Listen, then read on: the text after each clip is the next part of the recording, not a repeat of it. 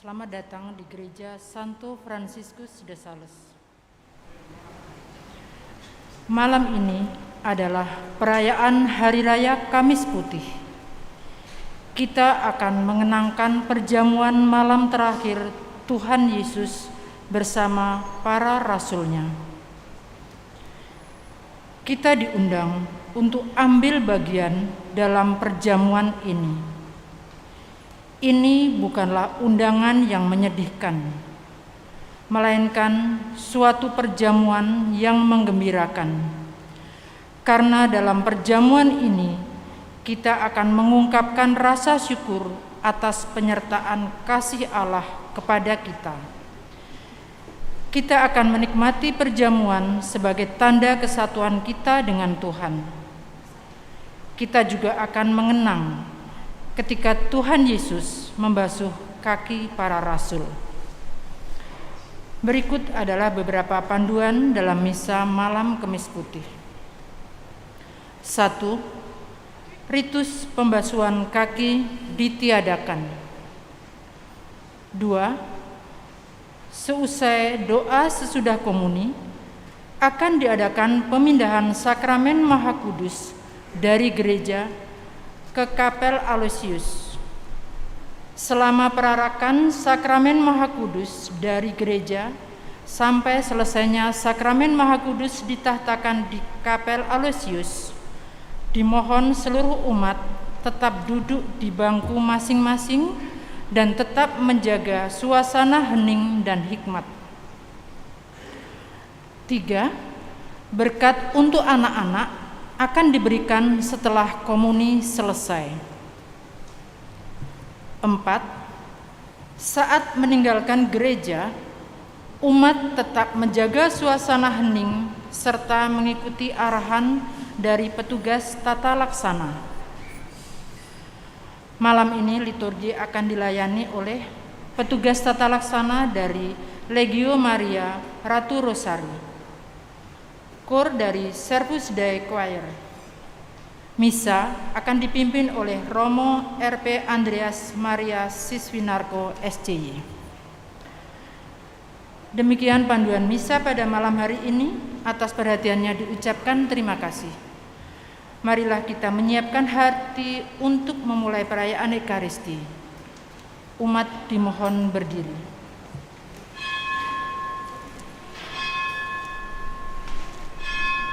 Agnus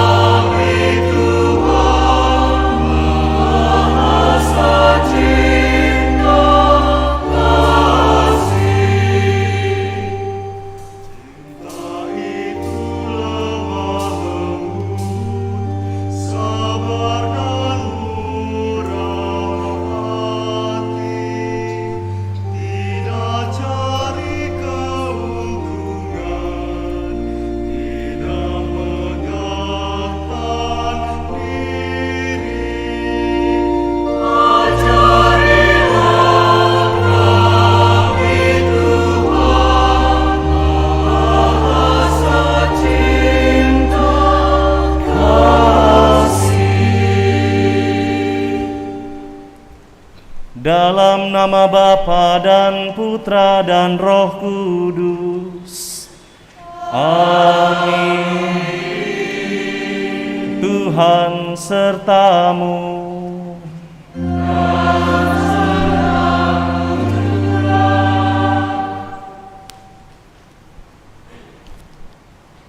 Saudari-saudara umat Allah yang terkasih, hari ini kita memasuki masuk dalam Trihari Suci, di mana dalam Trihari Suci yang pertama kita diundang Tuhan Yesus secara khusus.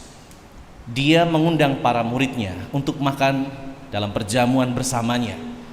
Meskipun perjamuan yang Tuhan adakan waktu itu adalah perjamuan yang terakhir, tetapi disitulah Tuhan juga menetapkan untuk pertama kalinya Ekaristi yang akan kita laksanakan. Maka perjamuan malam ini pertama-tama memang mengenangkan undangan Tuhan Yesus kepada para rasulnya yang juga adalah bagian dari hidup kita, dan Tuhan menghendaki agar kita melanjutkan apa yang Ia minta ini sepanjang masa. Perjamuan ini adalah perjamuan sukacita, tetapi sekaligus kita diajak untuk belajar dari apa yang dibuat oleh Tuhan Yesus, khususnya dalam pelayanan. Karena itu mari di awal perayaan ini, dalam suasana sukacita, kita juga menyadari kerapuhan kita sebagai manusia, agar kita yang hadir saat ini dan juga bersama dengan seluruh gereja dimanapun berada, mampu merayakan sukacita karya penebusan. Mari hening sejenak kita merendahkan diri di hadapan Allah, dan sambil memeriksa diri kita untuk menyadari semua dosa-dosa kita.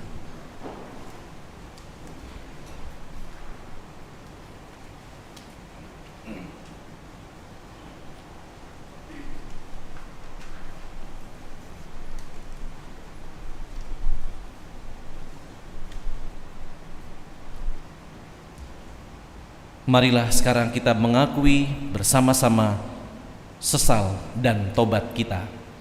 Saya mengaku kepada Allah yang Maha Kuasa dan kepada saudara sekalian bahwa saya telah berdosa dengan pikiran dan perkataan, dengan perbuatan dan kelalaian. Saya berdosa, saya berdosa, saya sungguh berdosa. Oleh sebab itu saya mohon kepada Santa Perawan Maria, kepada para malaikat dan orang kudus, dan kepada saudara sekalian, supaya mendoakan saya pada Allah Tuhan kita. Semoga Allah yang Maha Kuasa mengasihani kita, mengampuni dosa kita, dan mengantar kita ke hidup yang kekal. Amin.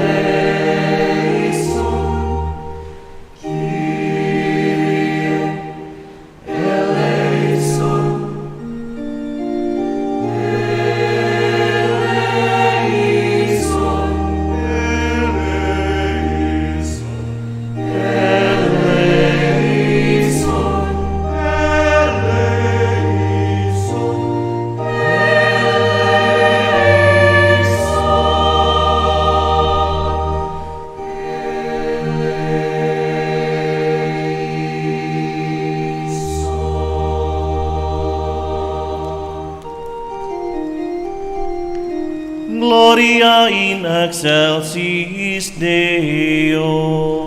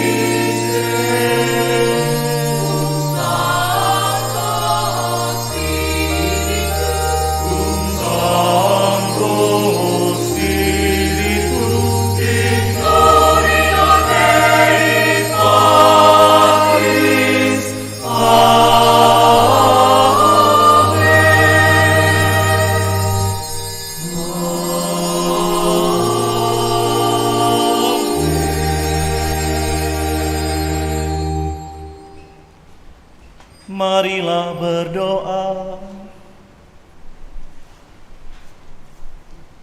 Dalam misa secara khusus ini, kita dimohon keluarga besar Baiten untuk mendoakan arwah Bapak Julius Hendrikus Baiten atau Om Bungca yang kemarin meninggal dunia. Semoga beliau diampuni segala dosanya, boleh berbahagia bersama Bapa di surga, serta menjadi pendoa bagi keluarga. Allah Bapa Maha Pengasih, pada malam hari menjelang sengsaranya, Putramu mempercayakan perjamuan Ekaristi kepada kami sebagai lambang cinta kasih dan kenangan akan kurban salibnya. Semoga kami dapat menimba kekuatan dari misteri luhur ini untuk mewujudkan kasih dalam hidup kami sehari-hari, serta diperkenankan menikmati buah penebusannya.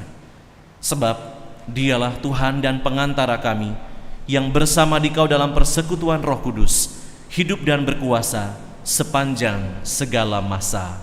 Amin.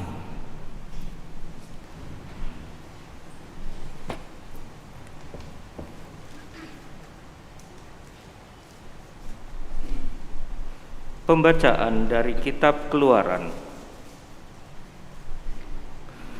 Pada waktu itu, berfirmanlah Tuhan kepada Musa dan Harun di tanah Mesir.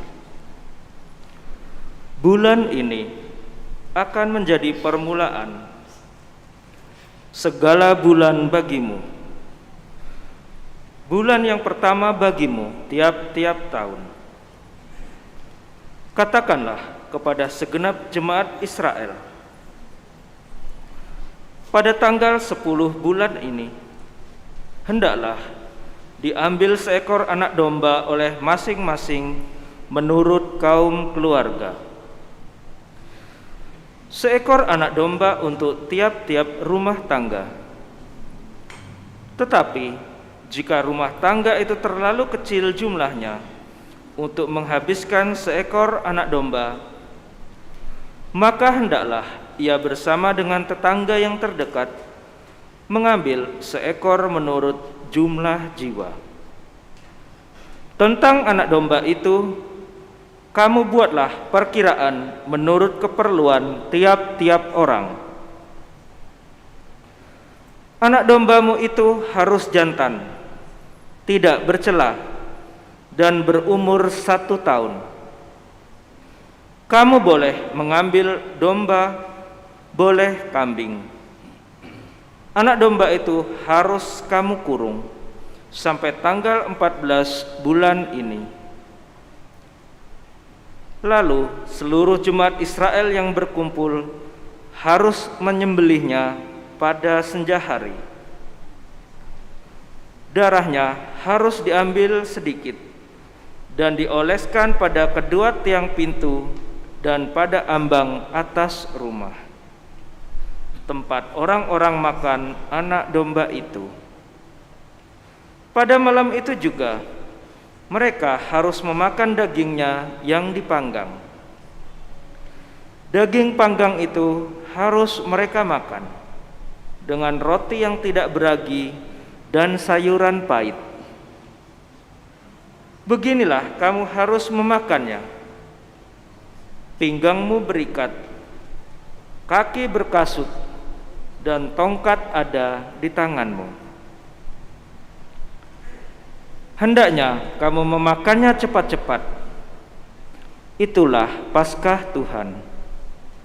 Sebab pada malam ini aku akan menjelajahi negeri Mesir dan membunuh semua anak sulung, baik anak sulung manusia maupun anak sulung hewan, dan semua dewata Mesir akan kujatuhi hukuman. Akulah Tuhan. Adapun darah domba itu menjadi tanda bagimu pada rumah-rumah tempat kamu tinggal. Apabila aku melihat darah itu, maka aku akan melewati kamu. Jadi tidak akan ada tulah kemusnahan di tengah-tengah kamu pada saat aku menghukum negeri Mesir. Hari ini harus menjadi hari peringatan bagimu dan harus kamu rayakan sebagai hari raya bagi Tuhan turun-temurun. Demikianlah sabda Tuhan. Syukur kepada Allah.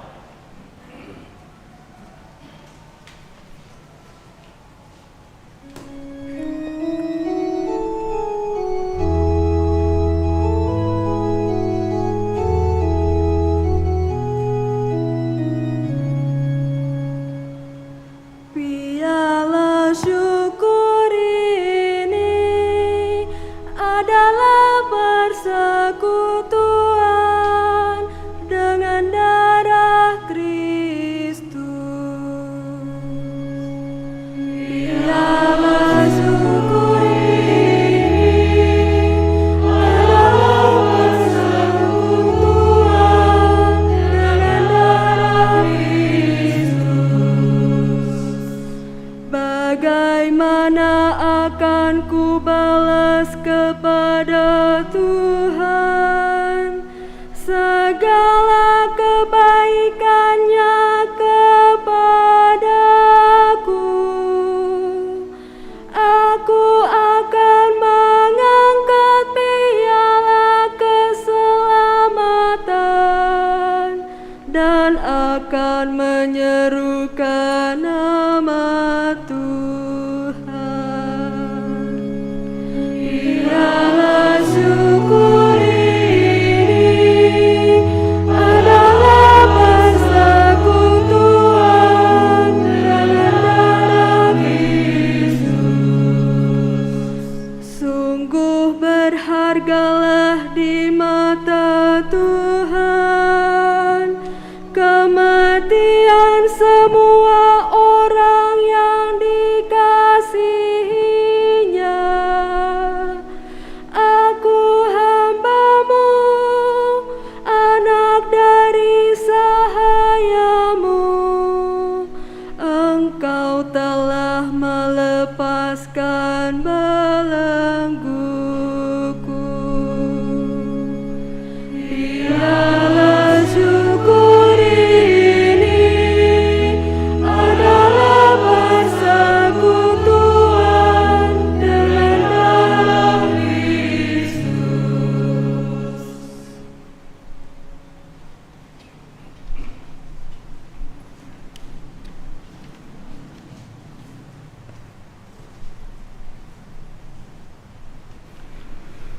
Pembacaan dari surat pertama Rasul Paulus kepada jemaat di Korintus. Saudara-saudara, apa yang telah kuteruskan kepadamu ini telah aku terima dari Tuhan, yaitu bahwa Tuhan Yesus pada malam Ia diserahkan mengambil roti, dan setelah mengucap syukur atasnya, Ia memecah-mecahkan roti itu seraya berkata, "Inilah tubuhku yang diserahkan bagimu. Perbuatlah ini untuk mengenangkan daku." Demikian juga Ia mengambil cawan sesudah makan, lalu berkata, "Cawan ini adalah perjanjian baru yang dimateraikan dalam darahku. Setiap kali kamu meminumnya, perbuatlah ini untuk mengenangkan daku. Sebab setiap kali kamu makan roti ini dan minum dari cawan ini, kamu mewartakan wafat Tuhan sampai Ia datang." Demikianlah sabda Tuhan. Syukur kepada Allah.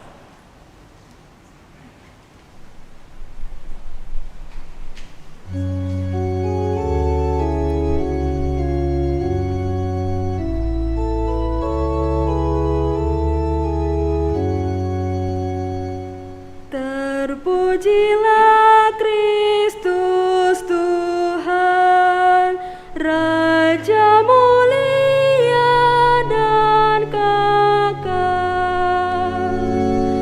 Terpujilah Kristus Tuhan, Raja mulia dan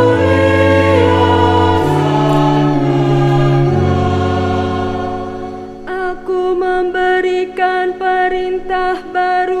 kepadamu, yaitu supaya kamu saling mengasihi, seperti aku telah mengasihi kamu, demikian juga kamu harus saling mengasihi. Terpujilah Kristus Tuhan, Raja mulia dan kekal.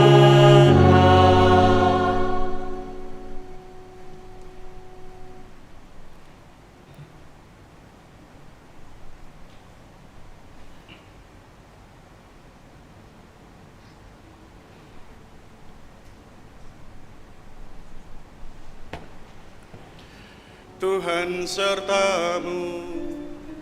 dan sertamu juga. Inilah Injil Yesus Kristus menurut Yohanes. Dimuliakanlah Tuhan.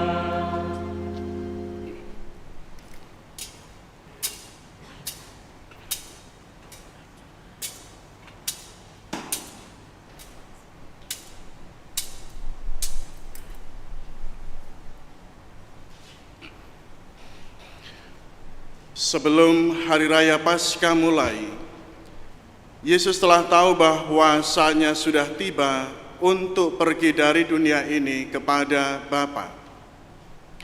Sebagaimana Ia senantiasa mengasihi murid-muridnya, demikianlah sekarang Ia mengasihi mereka sampai saat terakhir.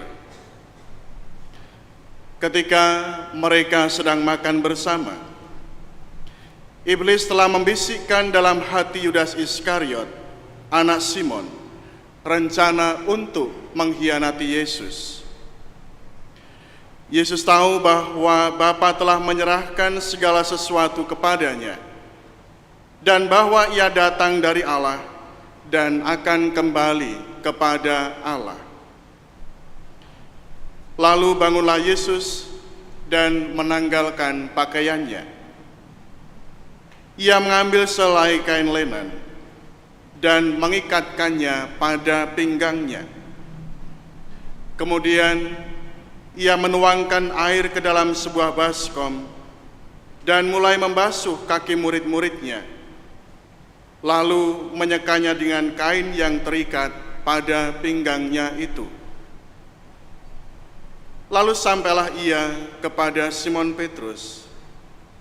Kata Petrus kepadanya, "Tuhan, Engkau hendak membasuh kakiku?"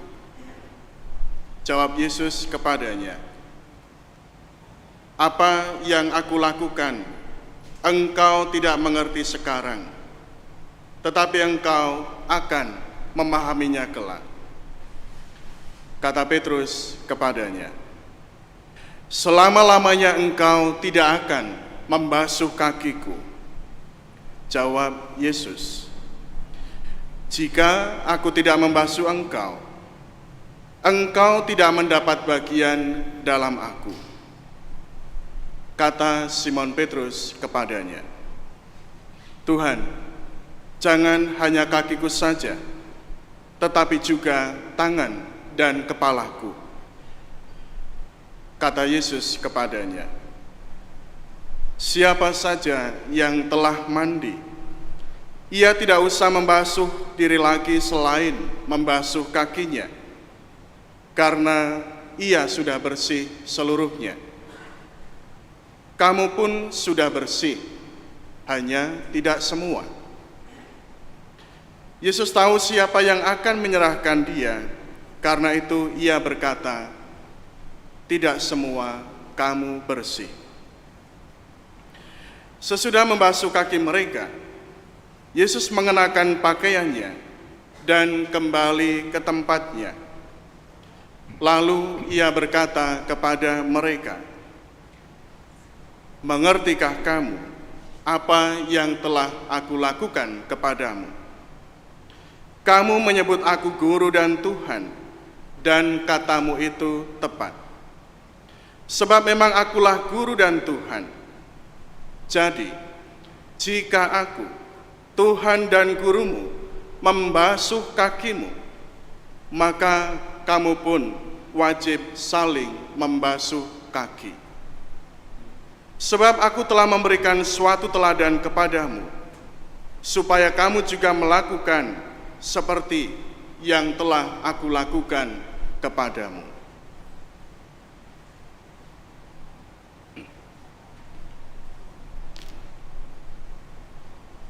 Demikianlah sabda Tuhan. Terpujilah Kristus.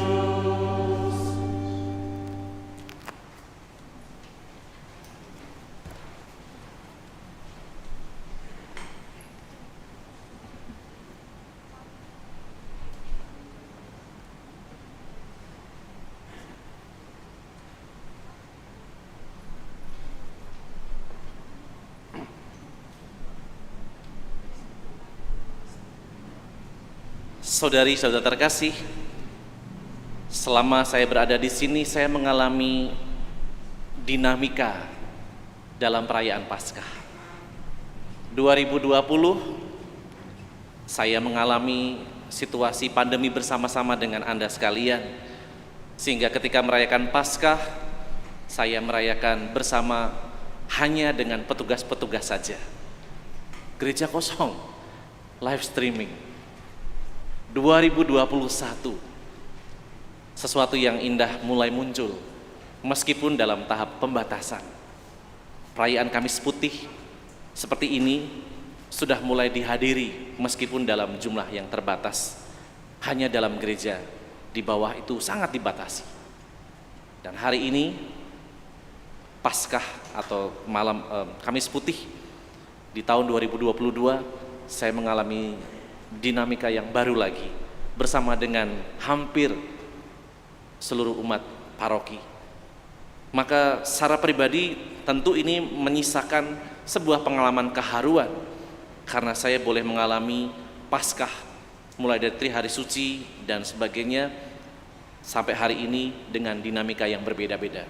Tetapi dalam perayaan itu, meskipun dinamikanya berbeda, tetap ada yang dikenangkan yang sama. Saudara-saudari yang terkasih, kalau kita melihat kembali ketika Tuhan Yesus hidup bersama dengan para rasulnya dan ia merayakan Kamis Putih, sebenarnya waktu itu belum disebut Kamis Putih, tapi perjamuan malam terakhir. Kamis Putih itu adalah istilah yang digunakan gereja karena kebetulan memang hari Kamis jatuhnya. Karena Tuhan Yesus itu wafat pada hari Jumat, maka diberilah nama Kamis Putih. Pertama-tama bukan karena Kamis itu berwarna putih, tetapi putih itu melambangkan sebuah situasi, yaitu sukacita, kesucian, kemurnian. Dan memang dalam Kamis Putih itu ada begitu banyak peristiwa. Beberapa di antaranya adalah bagaimana Kamis Putih itu dirayakan menurut gereja untuk mengenangkan dua amanat. Seringkali kita memang mendengar bahwa Kamis Putih itu mengenangkan untuk peristiwa perjamuan. Tetapi ternyata setelah saya mendengar kembali, membaca kembali dari pedoman gereja, ternyata ada dua hal yang diajakkan gereja kepada kita untuk dikenangkan. Yang pertama, mengenangkan tentang pemberian diri Kristus. Pemberian diri dalam rupa tubuh dan darahnya, dalam rupa roti dan anggur, dalam perjamuan bersama dengan para rasulnya. Itu yang pertama, pemberian diri Kristus. Dan yang kedua adalah penugasan Kristus kepada para rasulnya dan juga oleh nanti para pengganti-pengganti mereka, uskup dan imam tertahbis. Jadi dua hal yang disampaikan dalam Kamis Putih adalah yang pertama pemberian diri Tuhan Yesus, dan yang kedua adalah penugasan. Nah, kita akan melihat betapa indahnya dua hal yang kita kenangkan ini. Tuhan Yesus mengajak para muridnya pertama-tama untuk mengungkapkan pemberian diri lewat pelayanan, sebelum mereka makan. Jadi pada waktu mereka akan makan, biasanya ada tradisi. Dalam tradisi Yahudi itu cuci tangan, cuci kaki. Ya sama seperti kita lah, kalau kita mau makan itu pasti ada pembersihan tangan dan kaki. Tentu kita tidak memakai kaki untuk makan, kecuali yang berkebutuhan. Tetapi kaki dan tangan dibersihkan sebagai lambang penyucian diri. Lalu kita juga bisa membayangkan bahwa dalam perjamuan itu seperti kita lah. Kalau keluarga-keluarga berkumpul untuk perjamuan makan bersama, ada yang sangat excited karena memang suka makan, tapi juga ada yang malas-malesan. Demikian juga dengan para rasul. Karena apa? Seharian mereka mempunyai pekerjaan. Dan ketika makan bersama, bisa saja di antara mereka ada yang senang, tapi juga ada yang sebenarnya capek. Tetapi karena sang guru mengajak mereka untuk berkumpul, maka mereka mau tidak mau hadir. Sama seperti kita sekarang ini. Sebagian besar dari kita merasakan sukacita karena boleh berkumpul kembali dalam perayaan ini. Tapi di antara kita juga sebagian kecil ada yang, ya sudahlah ini karena Kamis Putih ya, datang aja lah. Sama seperti pengalaman para rasul pada zaman itu, juga pengalaman keluarga-keluarga. Tetapi Tuhan Yesus tidak terlalu memusingkan itu. Yang dia ingin adalah perkumpulan bersama dengan para muridnya. Nah, disinilah kita bisa melihat bagaimana perjamuan malam itu menjadi malam perjamuan terakhir dalam konteks Yahudi, ya, dalam konteks Yahudi untuk Tuhan Yesus. Diawali dengan pembasuhan, kemudian mengisahkan kisah-kisah keselamatan karya Allah untuk bangsa Israel, dan kemudian Tuhan Yesus mengubah perjamuan itu menjadi perjamuan yang kita kenal dengan Ekaristi saat ini. Saudara-saudara yang terkasih, dalam konteks Yahudi itu adalah perjamuan malam terakhir untuk Tuhan Yesus. Tetapi dalam konteks Kristiani itu adalah perjamuan perdana. Itulah sebabnya mengapa gereja mengajarkan kepada kita, bagi yang mungkin belum tahu atau yang sudah tahu tapi lupa, di depan ini tabernakelnya kosong. Tabernakelnya kosong, tidak ada lampu Tuhan, tidak ada isinya.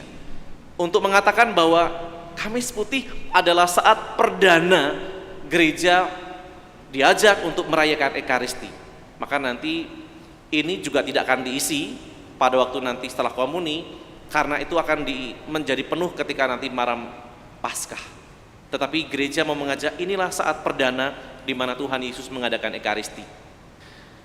Dan dalam Ekaristi itu, yang pertama tadi saya katakan, Tuhan mengajak para muridnya untuk melakukan seperti yang dia teladankan. Dia menanggalkan pakaiannya, dia mengambil ikat kain untuk pinggangnya, dan kemudian dia membawa baskom untuk membasuh kaki para muridnya. Teladan pertama yang ia berikan adalah memberikan diri dalam pelayanan. Saya teringat tahun lalu ada satu keluarga yang setelah pulang dari misa ini, di rumahnya saling membasuh kaki. Saya tidak tahu yang tahun lalu yang keluarga-keluarga yang lain, tetapi yang jelas ada satu keluarga yang setelah pulang dari perayaan ini, setelah tuguran, kemudian di rumah membasuh kaki anggota keluarganya. Sesuatu sederhana, tetapi mengajarkan tentang makna pemberian diri. Nah, Tuhan Yesus untuk pertama kali mengajak para murid, dan bahkan tadi Petrus mengatakan, Tuhan, Engkau hendak membasuh aku. Petrus menolak. Karena dia tahu, dia menghormati gurunya. Masa guru suruh menjadi babu? Itulah sebabnya mengapa Petrus tadi menolak. Tapi Tuhan mengatakan, kalau kamu tidak kubasuh, kamu tidak menjadi bagian dalam hidupku. Ya sudah kalau gitu Tuhan, jangan hanya kakiku, seluruhnya. Dan Tuhan mengatakan, barang siapa sudah mandi, dia sudah bersih. Hanya tidak semua dari kamu bersih. Tuhan tidak melihat soal badani, tetapi melihat perbuatan. Tapi tidak semua kamu bersih. Itu teladan pertama, bagaimana memberikan diri dalam pelayanan. Tidak untuk dilayani, tapi untuk melayani. Dan pemberian diri yang kedua adalah, inilah tubuhku, makanlah. Inilah darahku, minumlah. pemberian diri Tuhan Yesus, para murid juga tidak bertanya, Tuhan, ini kan roti. Tetapi mereka percaya dan mengajarkan itu juga kepada para pengikut-pengikut yang lain. Dan Santo Paulus dalam surat Korintus tadi mengatakan, perbuatlah ini untuk mengenangkan aku. Kata Paulus untuk mengenangkan Yesus. Perbuatlah ini. Nah, saudara terkasih, sekali lagi, pemberian diri pertama Tuhan adalah bagaimana orang-orang harus melayani. Dan yang kedua, bagaimana orang harus memberikan hidupnya. Tubuh dan darah itu lambang kehidupan. Maka seperti gambaran saya, bagaimana orang tua yang sudah memberikan hidupnya kepada kita, pertama-tama lewat tubuh dan darahnya, melalui persatuan suami dan istri yang menghadirkan kemudian kita sebagai anak-anaknya. Itulah pemberian hidup mereka. Yang pertama, darah dan daging.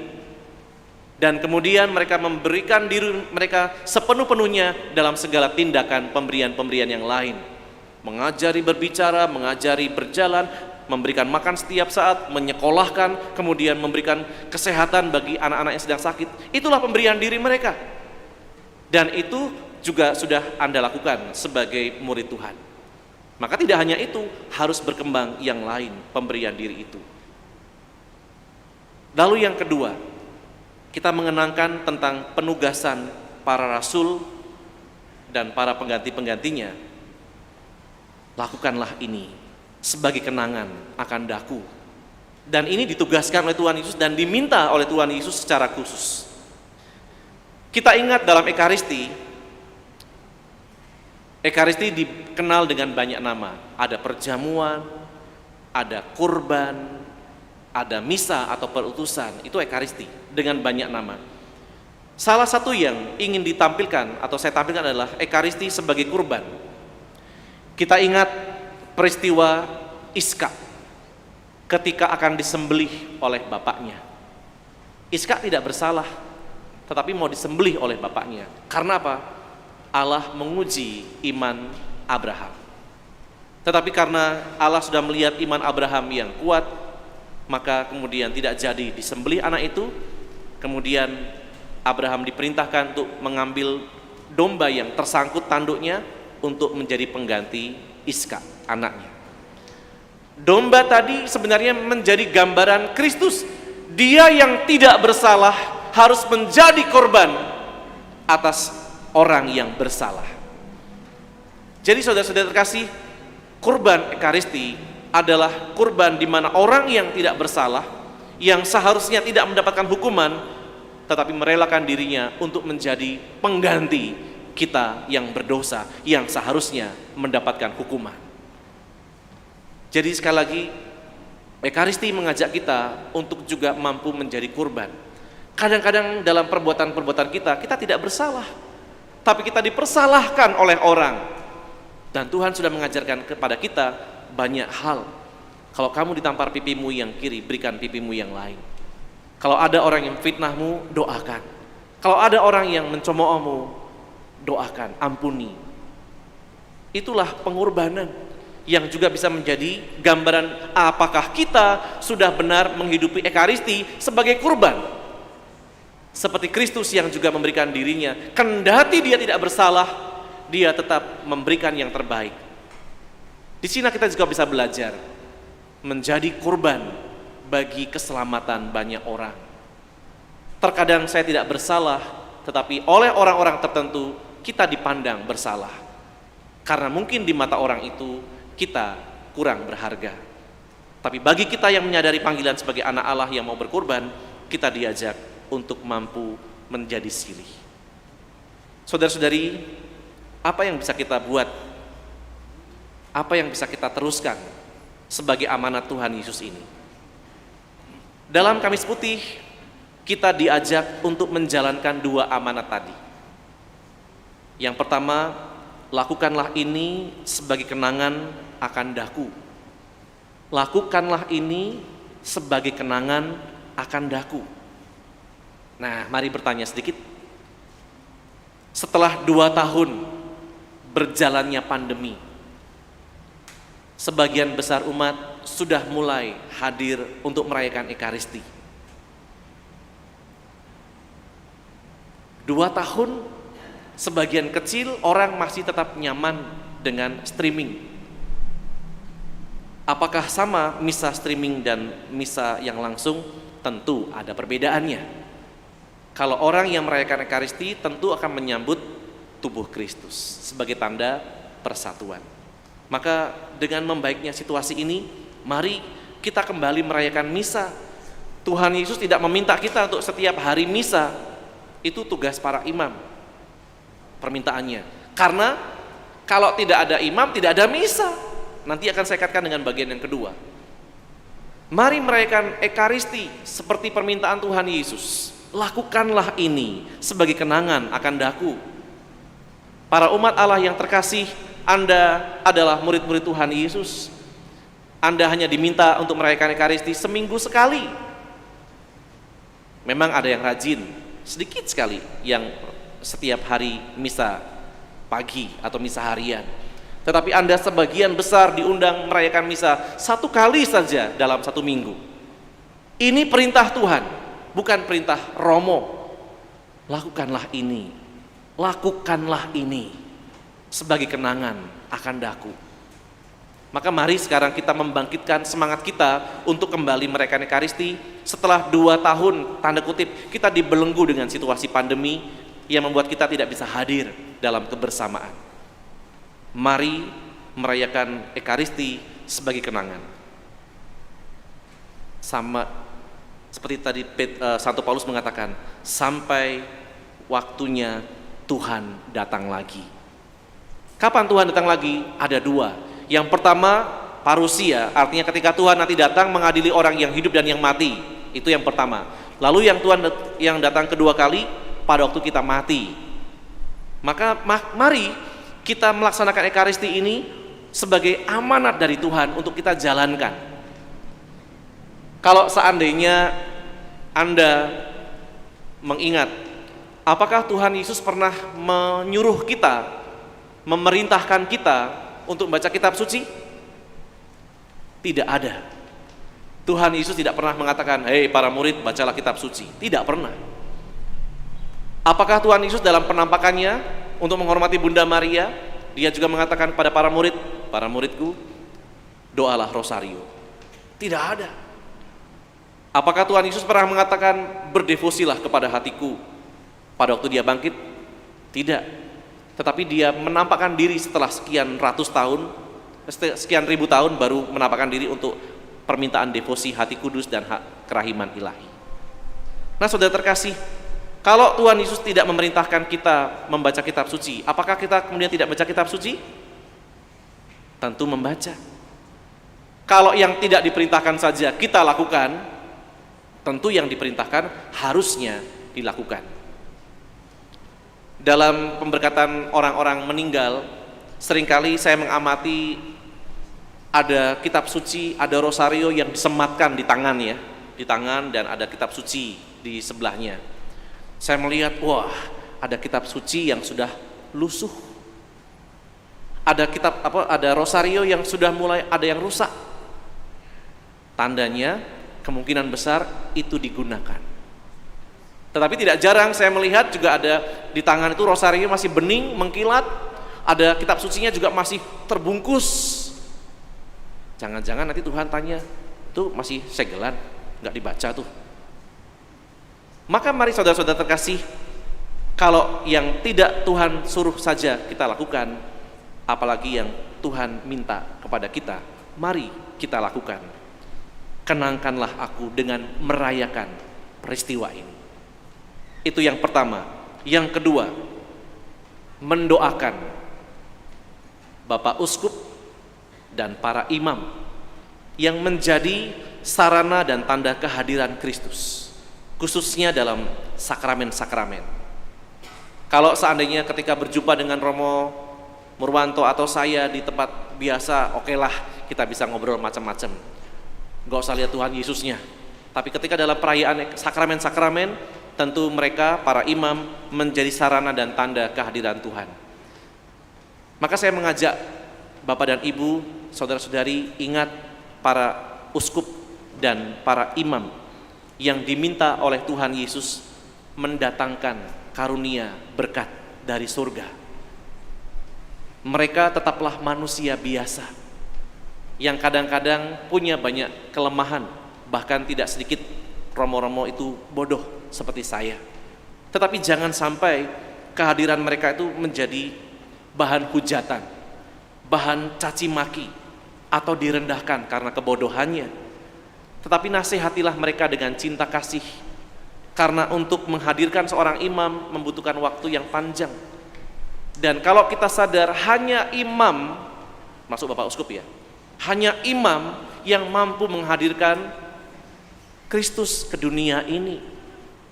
Sekali lagi, para imam itu penuh dengan kerapuhan. Romo Murwanto itu pinter, saya tidak sepintar beliau. Tetapi kita juga ingat Romo Yohanes Maria Vianney yang sangat lemah dalam inteleknya, tapi dia menjadi imam pilihan Allah.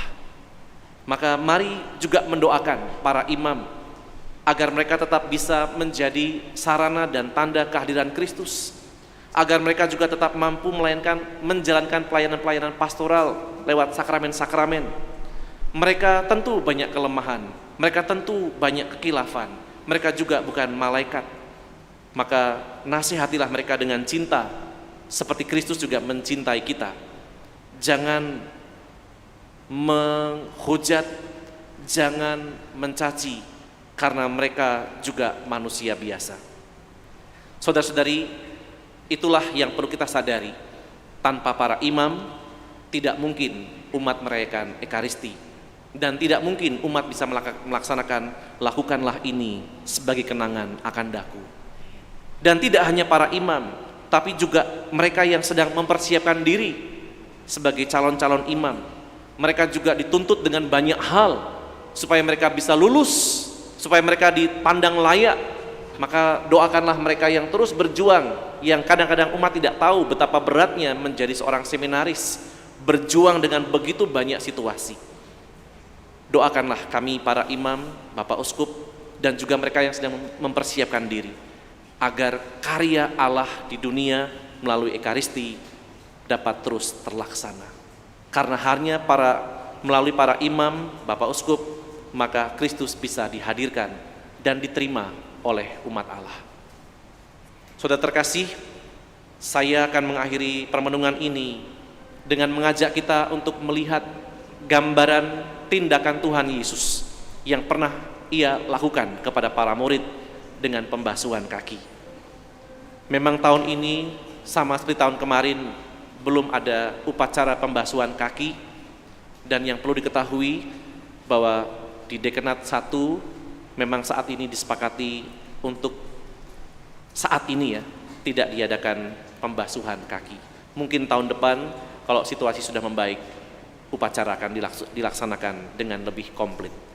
Sekarang mari sejenak kita menyaksikan apa yang dibuat Tuhan Yesus 2000 tahun yang lalu di hadapan para muridnya.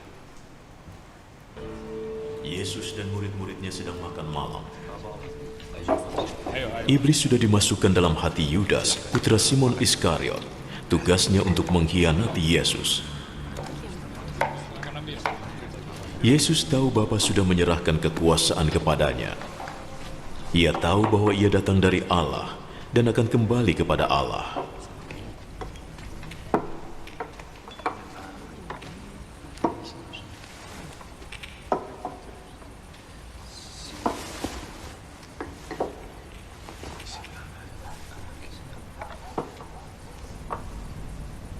Maka ia bangkit berdiri, melepaskan jubahnya, dan mengikatkan handuk pada pinggangnya.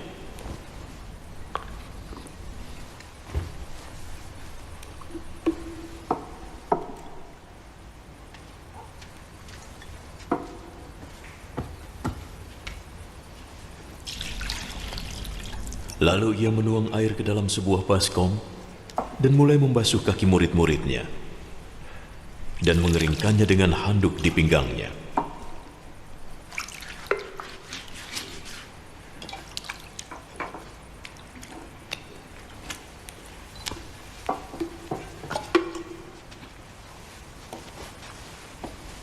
Sampailah ia pada Simon Petrus.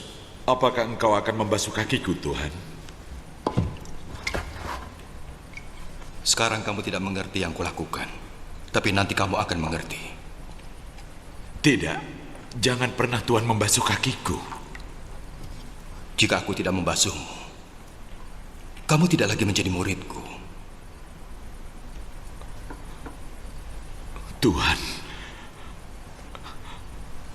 kalau begitu jangan hanya membasuh kakiku. Basuhlah tanganku dan juga kepalaku.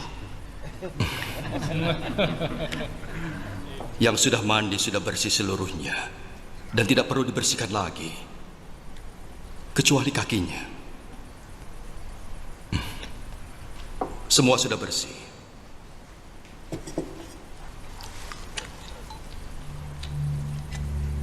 Kecuali satu. Yesus sudah tahu siapa yang akan mengkhianatinya. Itu sebabnya ia berkata, kalian semua sudah bersih kecuali satu.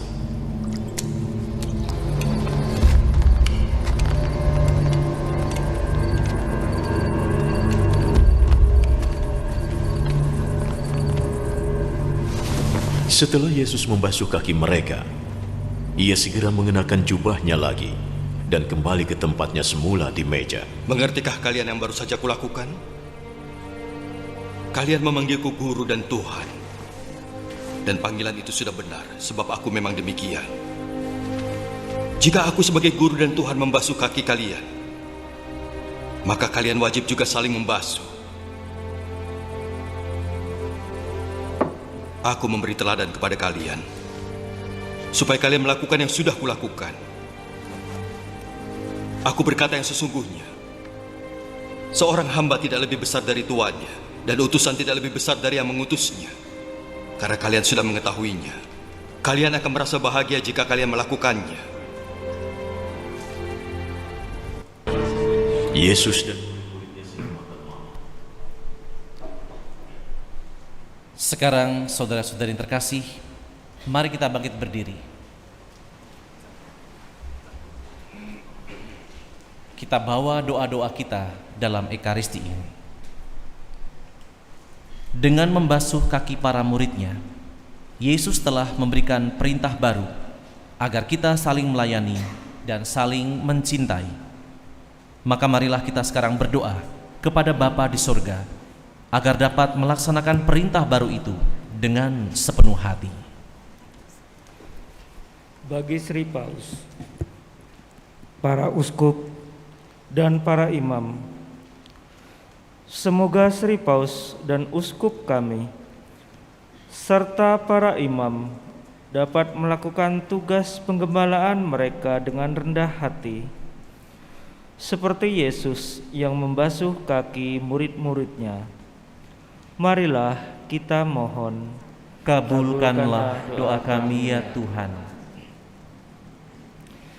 bagi para pemimpin masyarakat, semoga para pemimpin masyarakat selalu mendasari tugas pelayanannya dengan sabda Yesus sendiri untuk saling melayani satu sama lain demi keselamatan bersama. Marilah kita mohon, Kabulkanlah doa kami ya Tuhan. bagi orang-orang yang menderita, semoga keteladanan Kristus dalam mengasihi para muridnya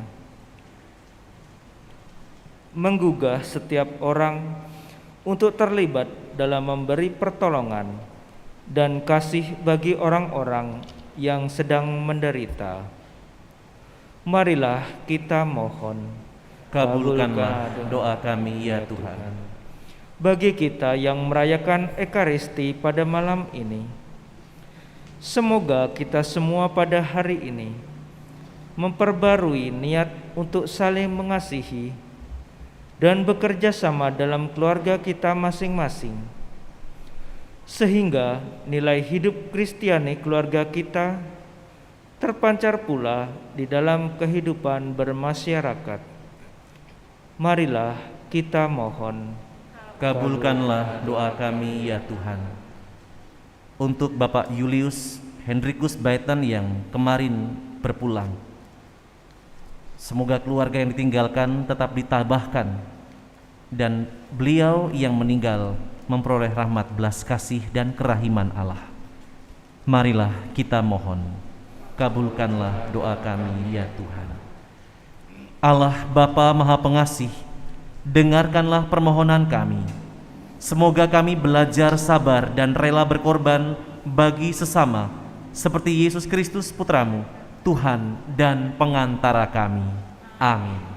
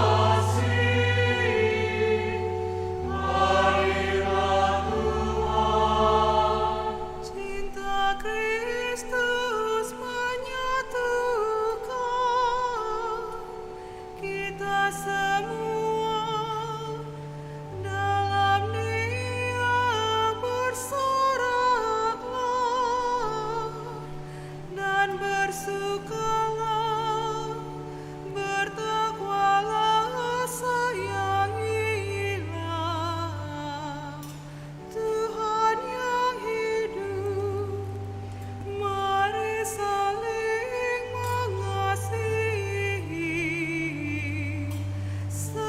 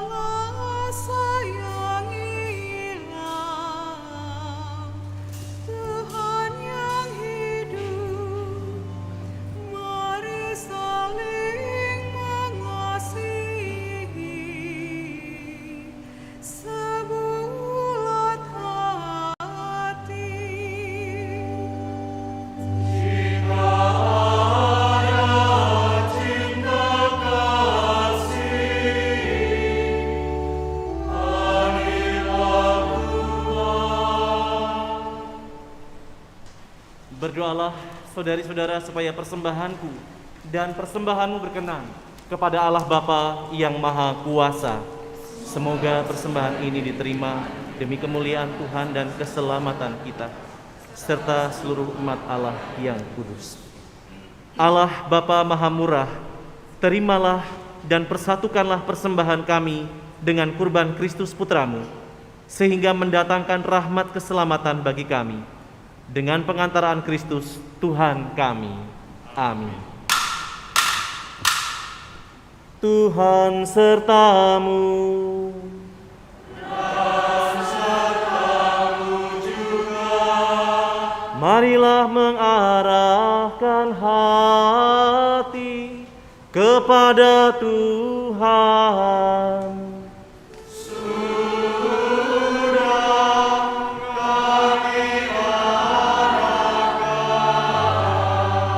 Marilah bersyukur kepada Tuhan Allah kita.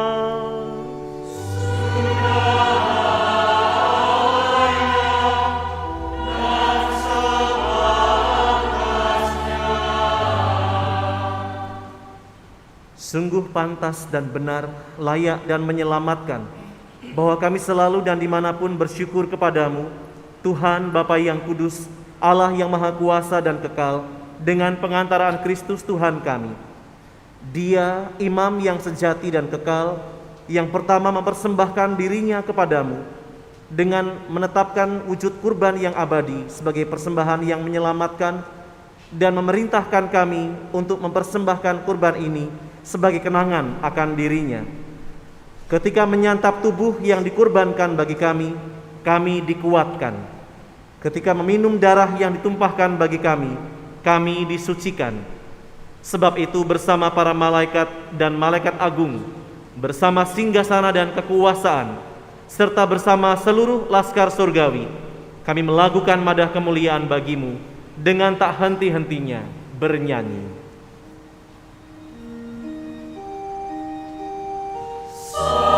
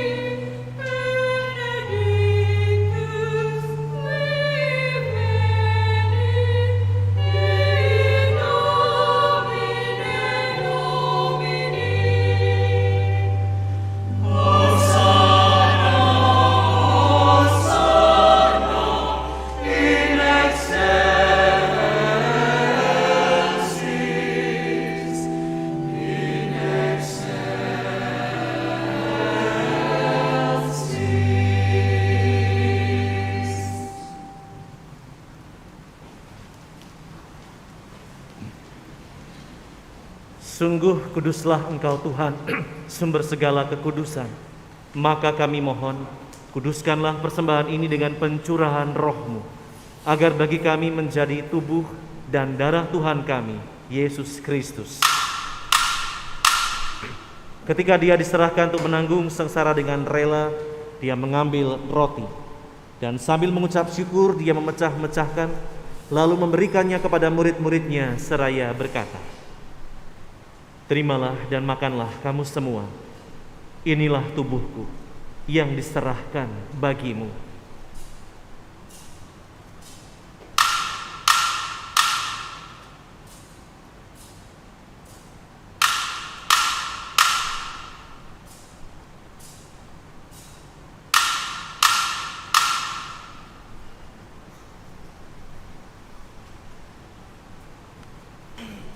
Demikian pula sesudah perjamuan Dia mengambil piala. Sekali lagi Dia mengucap syukur kepadamu, memberikannya kepada murid-muridnya seraya berkata, "Terimalah dan minumlah kamu semua. Inilah piala darahku, darah perjanjian baru dan kekal, yang ditumpahkan bagimu dan bagi semua orang demi pengampunan dosa. Lakukanlah ini sebagai kenangan akan daku."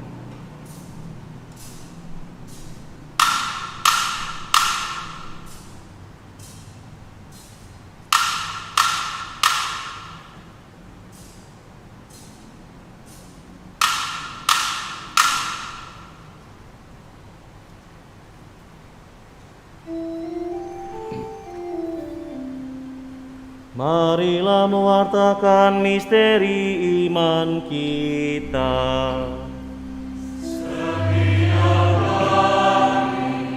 Kami makan roti ini dan minum dari piala ini, wafat-Mu Tuhan kami wartakan hingga Engkau datang. Sambil mengenangkan wafat dan kebangkitan Kristus, kami persembahkan kepadamu Bapa, roti kehidupan dan piala keselamatan. Kami bersyukur sebab kami Engkau anggap layak menghadap Engkau dan berbakti kepadamu. Dan kami mohon semoga kami yang menerima tubuh dan darah Kristus dihimpun menjadi satu umat oleh Roh Kudus. Tinggallah Tuhan akan gereja-Mu yang tersebar di seluruh bumi, agar Engkau menyempurnakannya dalam cinta kasih, dalam persatuan dengan Paus kami Fransiskus, Uskup Agung kami Yohanes dan Uskup Emeritus kami Aloysius, serta semua rohaniwan. Tinggallah juga akan saudara-saudari kami yang telah meninggal dengan harapan akan bangkit, khususnya saudara kami Julius Hendrikus Beten, dan akan semua orang yang telah berpulang dalam kerahiman-Mu, dan terimalah mereka dalam cahaya wajah-Mu. Kami mohon kasihanilah kami semua, agar kami Engkau terima dalam kebahagiaan abadi, bersama Santa Perawan Maria, Bunda Allah, Santo Yosef mempelainya, para rasul dan semua orang kudus sepanjang masa yang hidupnya berkenan padamu. Semoga kami pun Kau perkenankan turut serta memuji dan memuliakan Dikau dengan pengantaraan Yesus Kristus, Putra-Mu.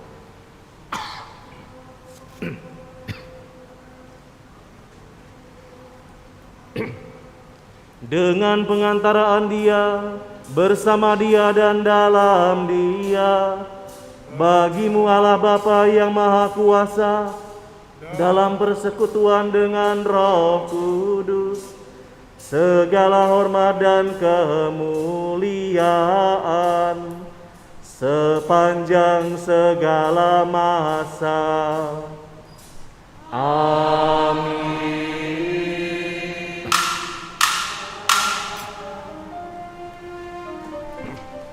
Atas petunjuk penyelamat kita dan menurut ajaran ilahi, maka beranilah kita berdoa bersama.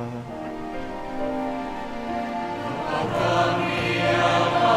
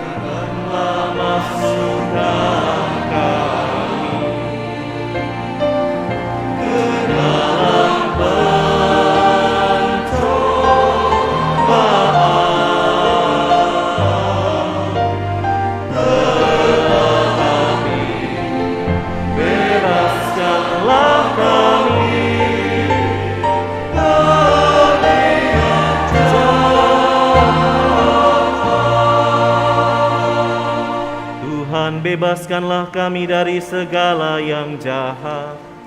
Sudilah memberi damai sepanjang hidup kami, supaya kami yang telah dikuatkan oleh kelimpahan belas kasih-Mu selalu bebas dari dosa dan dijauhkan dari segala gangguan, sambil menantikan harapan yang membahagiakan dan kedatangan penyelamat kami, Yesus Kristus.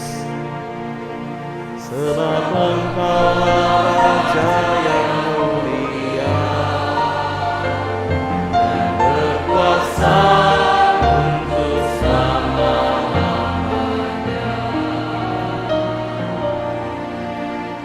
Tuhan Yesus Kristus, Engkau telah bersabda kepada para rasul-Mu, damai-Ku kutinggalkan bagimu, damai-Ku kuberikan kepadamu.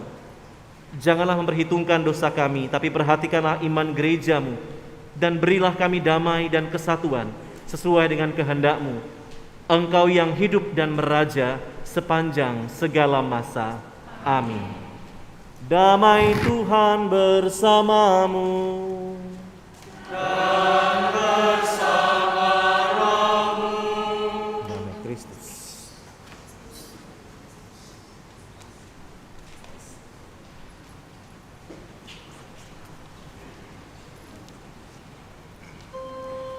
Amin.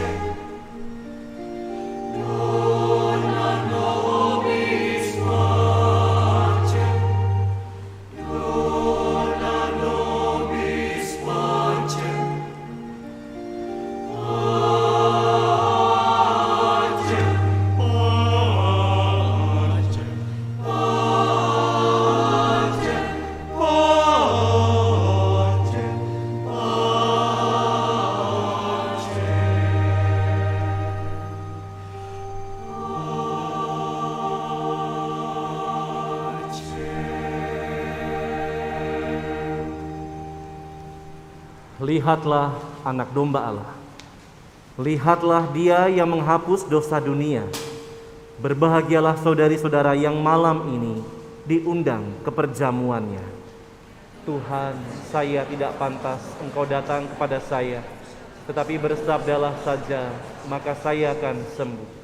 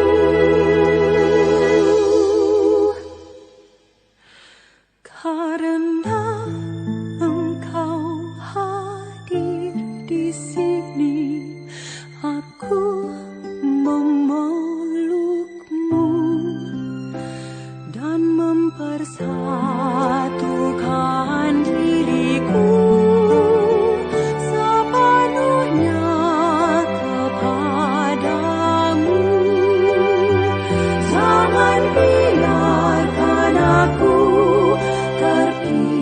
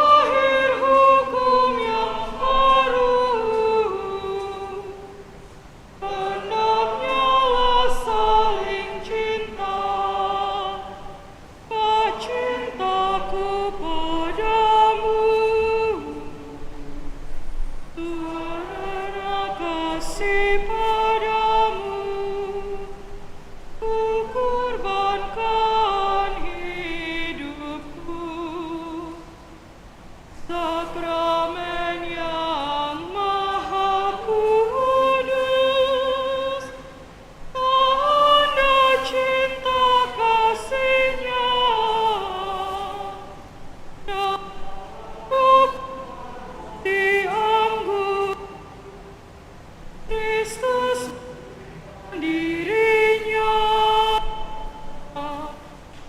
supaya satu dengannya kita saling kita puji Kristus, Sang Penebus dunia, yang sudah korbankan diri agar kita bahagia. Tubuh dan darah sucinya diserahkan untuk kita.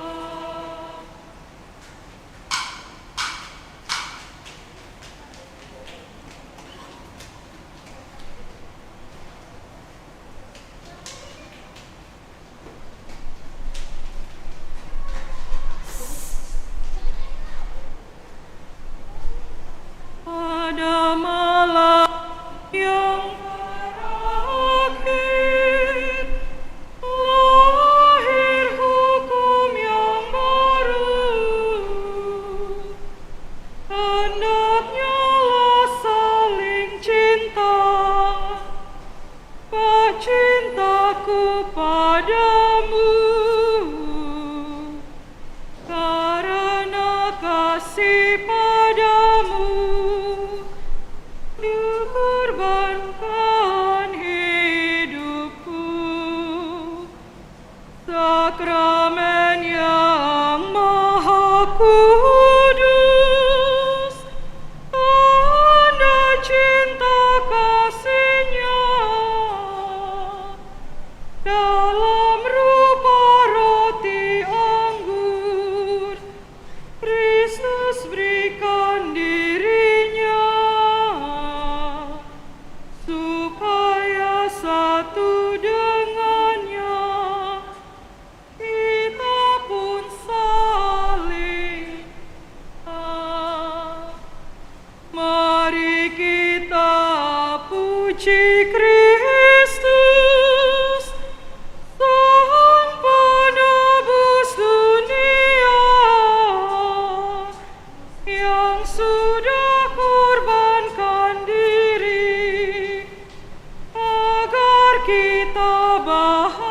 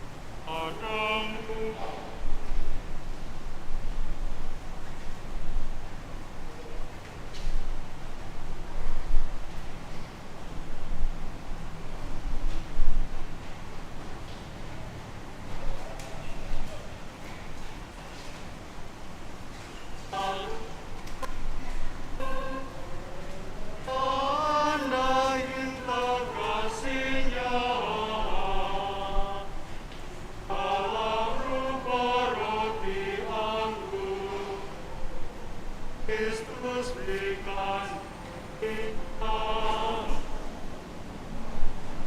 ayah sabda.